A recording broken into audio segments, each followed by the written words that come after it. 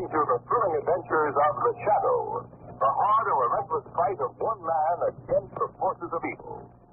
These dramatizations are designed to demonstrate forcibly to old and young alike that crime does not pay. The shells from the sinking Jap gunboat were blasting the water nearer and nearer the American submarine that had just rammed her. A few seconds more, the rain. Commander Howard Gilmore, rushing to follow his men down the hatch, was cut down by Jap machine gun bullets. Badly wounded, he knew the time needed to rescue him might mean the loss of his ship. Without a moment's hesitation, he ordered, "Take her down." And down she went. The submarine to safety, a gallant commander to his death. Keep that picture in your mind, friends. And when you're asked to buy an extra $100 war bond now in the fourth war loan drive, buy it. Put every dollar not needed for absolute necessities into bonds now. Not just because they're sound, profitable investments, but because they'll bring victory sooner, bring more men home.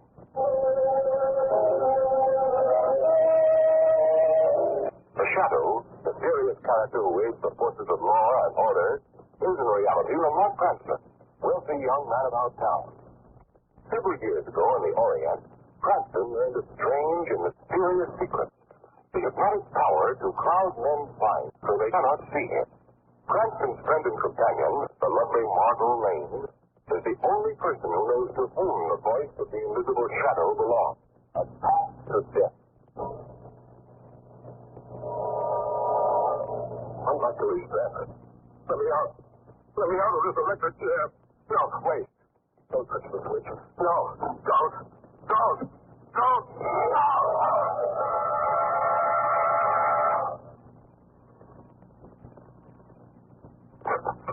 Yeah, good morning. Hello. And right on time. Oh, it's the start of my Gibson win. Come in. Thanks, Margot.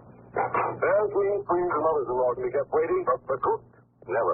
Besides, I'm hungry. Well, we'll eat in a minute. First, I want you to meet someone. Not into the living room. All right. Peter, here's the gentleman you've been so anxious to meet. Is this Mr. Cranston? Yes. Aren't you remember Alice Bentley? Yes. Well, this is his son, Peter. Really? Well, hello, Peter. I knew your mother quite well before she moved south. She still talks a lot about you and Miss Lane. Oh, is that so? That's why I've been so anxious to meet you. What mother tells me, Gabby, you're quite something in the field of crime detection. Well, outside of being a headache to the police commissioner once in a while, Peter, I don't think you could call me more than an interested amateur. That isn't what the commissioner called you. Good job, aren't you? Oh, thanks, Margaret.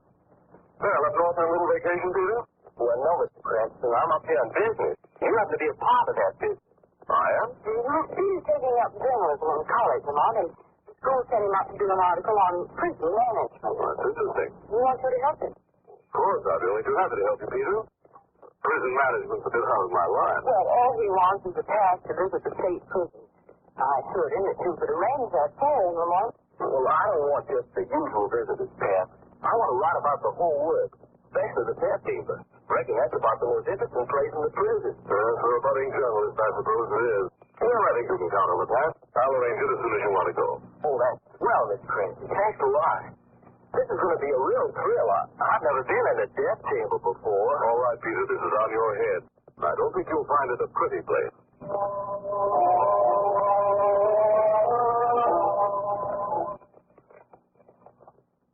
Oh, this is your first visit to the state prison, young man? Well, this is my first visit to any prison. I see, and it should be doubly interesting. Oh, it is.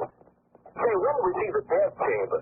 I especially want to see that. You'll be in the death chamber soon, huh? I guess I must seem pretty anxious to you. But you see, I'm studying journalism. Journalism? Did you say journalism? Yes, I'm preparing an article for the college paper. A student of journalism should know who I am. Take a good look at my face. Ever see me in the papers?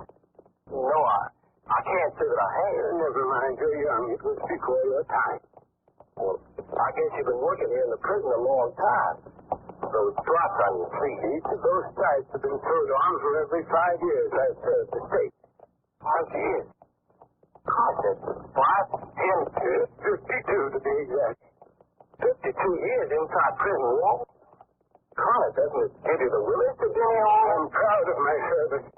I only wish I could serve again as I have in the past. But I should hold on. Just a minute now.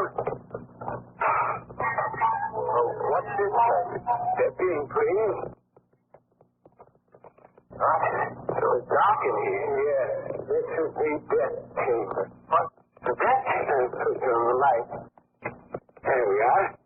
There's nothing to be afraid of. No, of course not. Excuse me. Now, here's the room you've been so anxious to see. The last sight on your trip. It's kind of spooky in here. Spooky? Why, this is one of the best kept rooms in the institution. And that's electric chair over there? Yes, it's not quite as sinister looking as you expected, I suppose. That depends on the way you look at it. When I think of the men that have died in that chair, why, my dear boy, death is nothing. Nothing? The most majestic experience of life. Nothing has greater nobility than death. Yeah, I suppose so. Hey, it's getting warm in here. I guess we better be going, huh? Going? Why, I haven't told you anything about the death chamber yet. Oh, I know. You see that door over there? Well, the pre-execution cells are just beyond. There are 10 men in there now waiting to sit in the seat of the fallen. Seat of the electric chair, of course. When they're brought in, the executioner will stand here at this panel, his hand on the switch. The men are strapped in. The warden gives the signal. The switch is thrown in like this. Don't be alarmed. The chair is quite harmless until those wires are plugged in. And they're the electrodes that carry the power through from the powerhouse. Oh, that's very interesting. Now, I guess I got more material than I need for mine. But you wouldn't go without sitting in the chair. What would I want to do a thing like that for? Why, every visitor sits in the chair. It's something to tell your friends. Come, sit down. If you don't mind, I'd rather know. This is an experience you'll never forget. Here, let me help you. Sit right down. Well, it's customary, of course. There you are. Now, I'll show you how it feels to be strapped in. That's the chest strap. Well, you certainly did that all the fast. Now, the right arm. And the left. Oh, that's enough. You got this chest strap so tight, I can... the right leg like this. And the left. Well, look, maybe you didn't hear me, but I said I had enough. Then we drop the hip piece down like this. And there you are. All snug and ready for the most noble, most majestic experience in life. What do you mean? You are now ready for death. Now, look here. Hey, what are you doing with those electrodes? Oh, don't do that. Take your hand off that switch.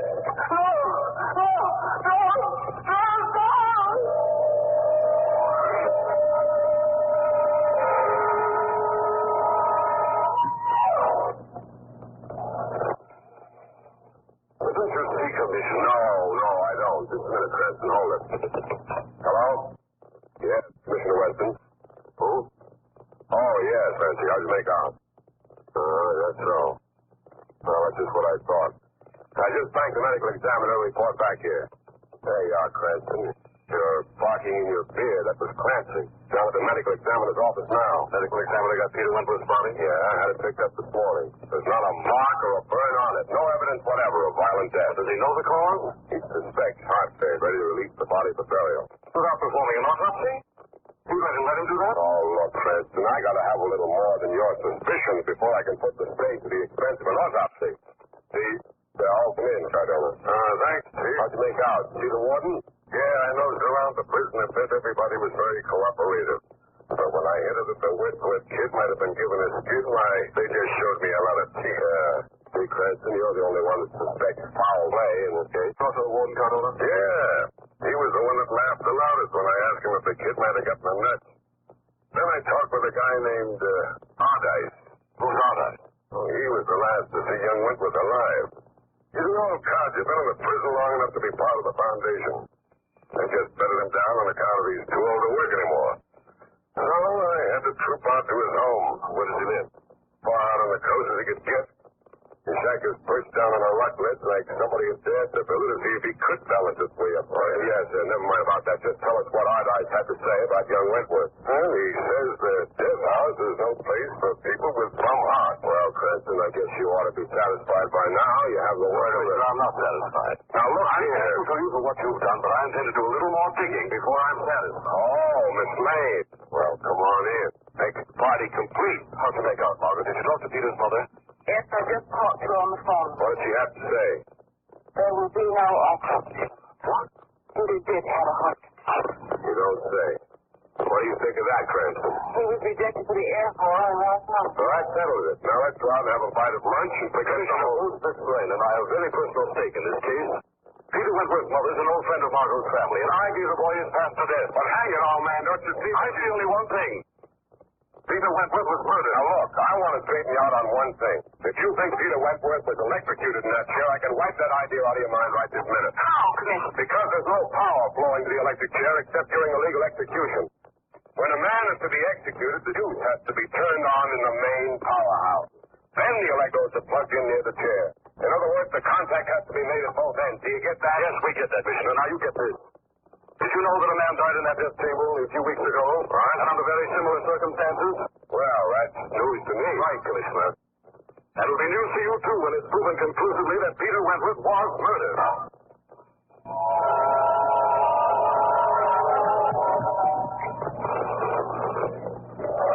There's a prison entrance down the bottom of the hill, Margot. Food cart right here. Oh, Lamont, do you have to go through with it? Yes, Margot, I do. The only way I can possibly find out what happened to Peter is by going through the prison just as he did, as a visitor. I only hope you won't come out just as he did. You're afraid, aren't you? Well, why wouldn't I be? I've already lost the son of one of my best friends. At least I know what I'm getting into. Do you, Lamont? Well, what do you mean? A frightful feeling about all this. It's like there was something supernatural about it. Maybe you're right, but I've got to find out. Oh, you've got to. Do you have your pal? It's right here. I made out in the name of Prentice. I hope Mr. Prentice will be very careful. He will, Margot. You wait here for me. No matter what you see or hear, don't lose your courage. Children, what? Lamont, what do you mean by that? Lamont!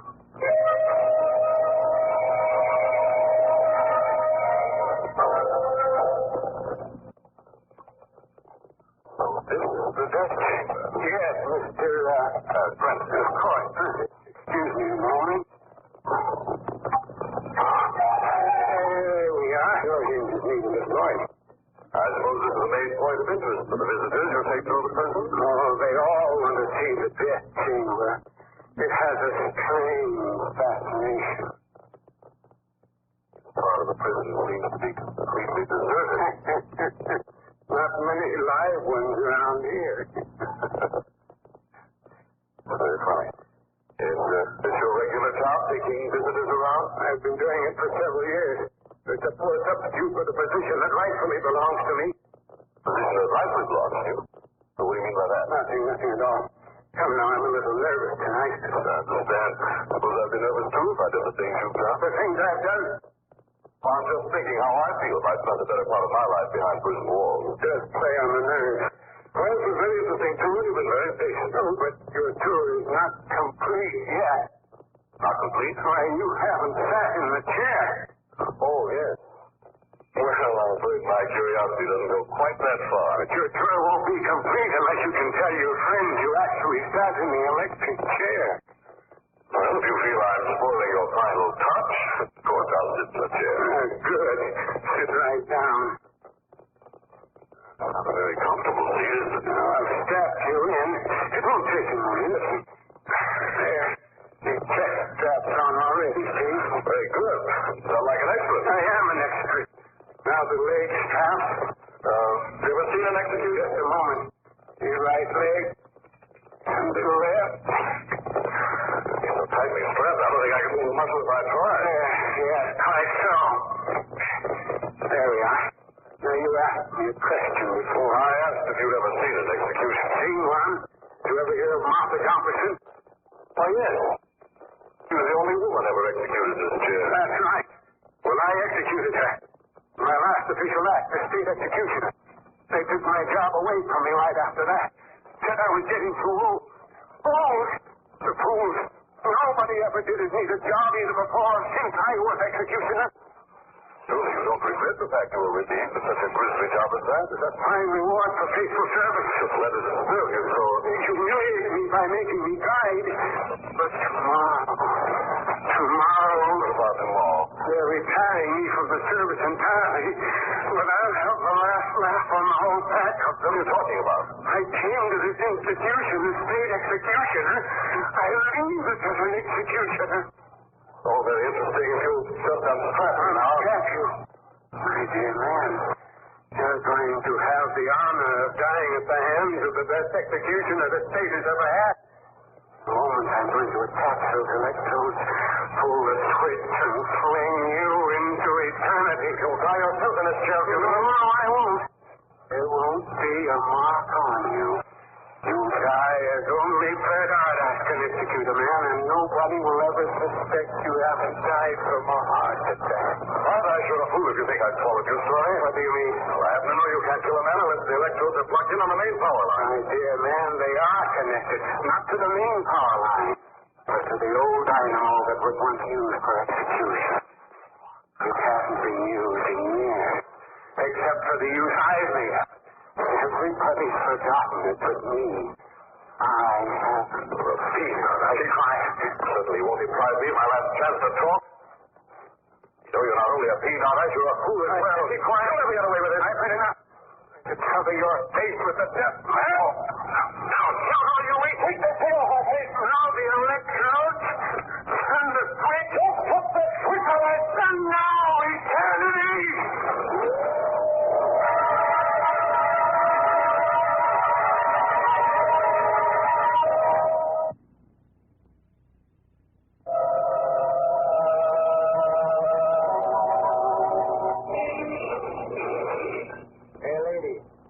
Expect to park here. I've slept an hour and a half on you now. Why, after I'm waiting for a friend. Well, now that explains everything. Oh, it tells me that's good. Well, it don't explain anything, and I wouldn't go so far as to say it's good.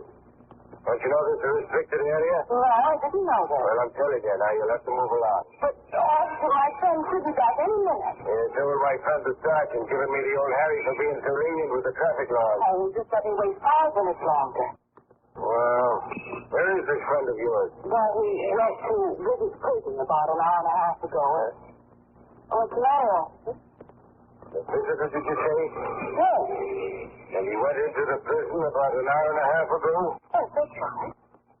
Was he a good friend of yours? Was he? What do you mean by that? Well, if it's the same man I'm thinking about, you're going to have a long wait, I'm afraid. Why do you say that? Because, lady, that poor fellow just died in the test chamber.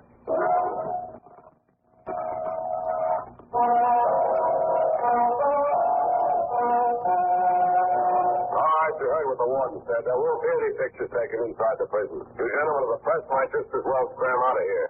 Now, please, Miss Lane. I told you I won't leave here until I see the monster. You ain't got to let me see him. I can't let you see him. The warden says nobody's to see him until the medical examiner gets him. But I've got to. Don't you understand? I do, Miss Lane. But don't you see I have no jurisdiction within these prison walls. It's up to the warden. How very good. Where'd they go? Right behind that door. His office. Who's in there with him? No one, just the body. Well, I'm going to scream no matter what. Oh, Miss Lane, wait. Don't go in there. Miss Lane, please. What is it, Miss Lane? What? Well, I'll be doggone. The body's disappeared.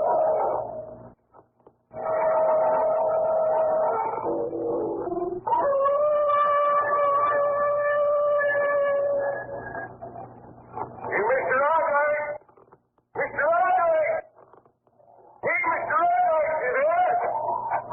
Oh, who's that? It's me, my friend again. You all right? Of course I'm all right.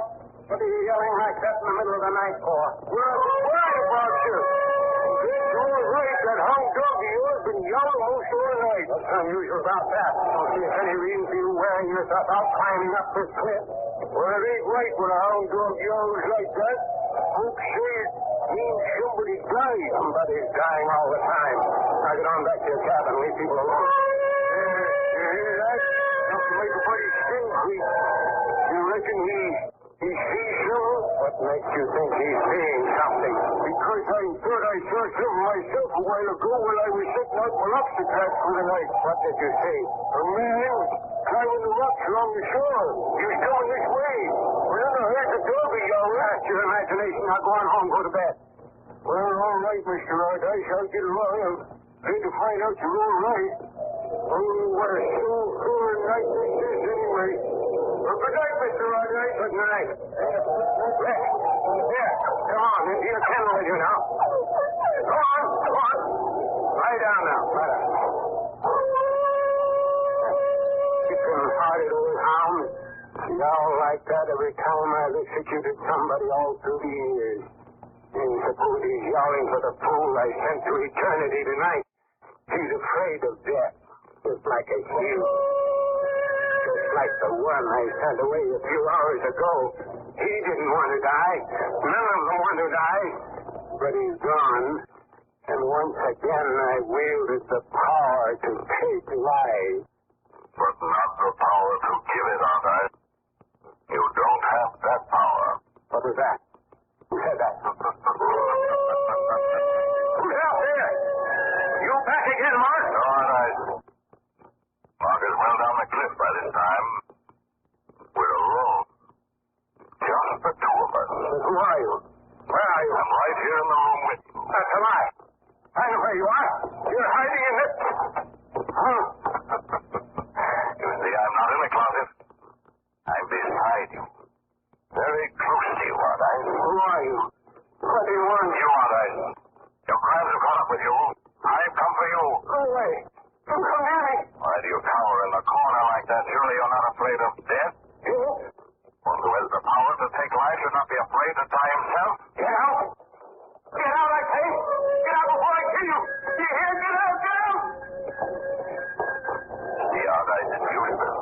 You can't kill what you can't see. Might as well put that knife away. What have you come here for? To end your criminal career, to bring you to justice. I committed no crime. I'll admit you did your job with fiendish cleverness, but you will not escape. The police are on the way here now. I can't prove anything. Nobody knows what happened in the death chamber. You're wrong, Aldice. I know what happened. Your victim sat in the chair just as you're sitting in that armchair now. You buckled the straps around them until they were held even more tightly than I hold you now. You touched me. You're not just a voice. What are you? Who are you? You're at the end of your rope, Aldice. Your only hope is to confess and clear your soul. I admit nothing. Yes, you will. I'm going to make you confess. Make me confess. How can you do that? Look, Aldice. This corner of the room, right over here. That's it. Keep your eyes right where they are. Now I'm going to show you somebody who you met only a few hours ago. Someone over whom you exercised your power of death. A man who would kill in cold blood. Look, Aldice, what do you see? You recognize me now? No, it can't be. You're dead. You're dead. Confess, Aldice. You're dead. Go away. Who killed me? Who killed me a few hours ago? Who killed Peter Wentworth? I don't know. Leave me alone. Confess, Aldice. No, go away. Confess. No. Confess. All right. I did it. I killed him. But I'll never be taken alive. They'll never execute him. All right.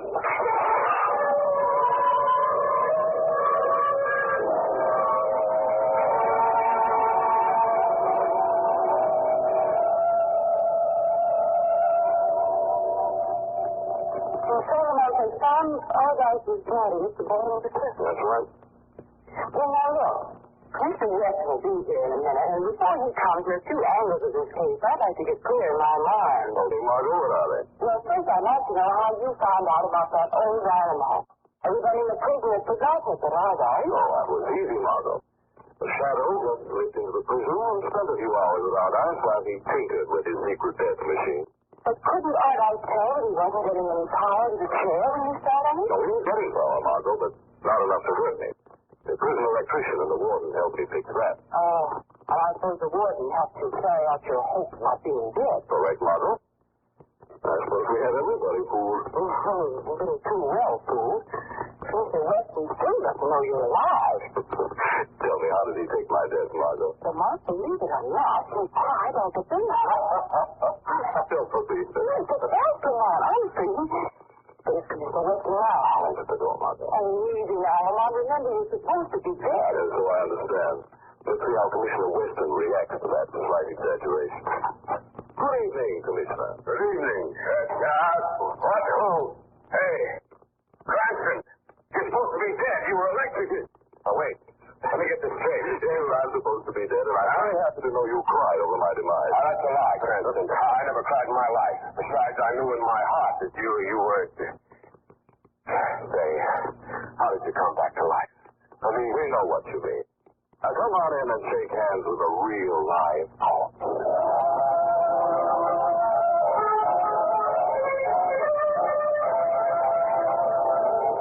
And now let me introduce Blue Coal's distinguished heating expert, John Bartlett. Thank you, Ken Roberts, and good evening, friends. Some folks, especially you ladies who put a little coal in the furnace during the day, are apt to look on the fire as a sort of pancake batter. You said about mixing it thoroughly with the poker. Actually, friends, stirring up the fire with the poker is one of the worst things you can do. Because you mix ashes, live coals, and fresh coal all together, and that forms clinkers. And you know, I'm sure, what grief clinkers can cause. How they choke the fire, prevent coal from burning completely, and damn your furnace great. So, friends, take a tip and lay that poker down. When you want to loosen the fire bed, take the great empty instead. And one more suggestion. Never burn refuse or garbage in your furnace. That also causes clinkers to form. And we've got to avoid clinkers to get the maximum heat out of our coal and make it last longer. I thank you.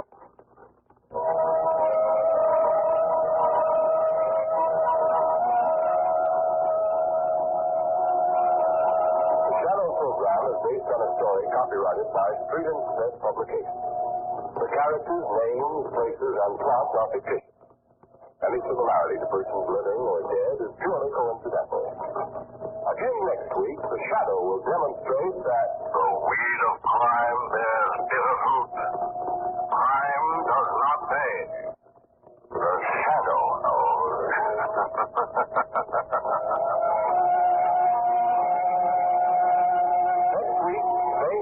Same station, your friendly Blue Coal dealer brings you another strange and thrilling adventure in the Shadow's daring battle against the forces of evil. Be sure to listen. This is Ken Roberts saying, keep the home fires burning with Blue Coal. This story produced by the B&W Coal Company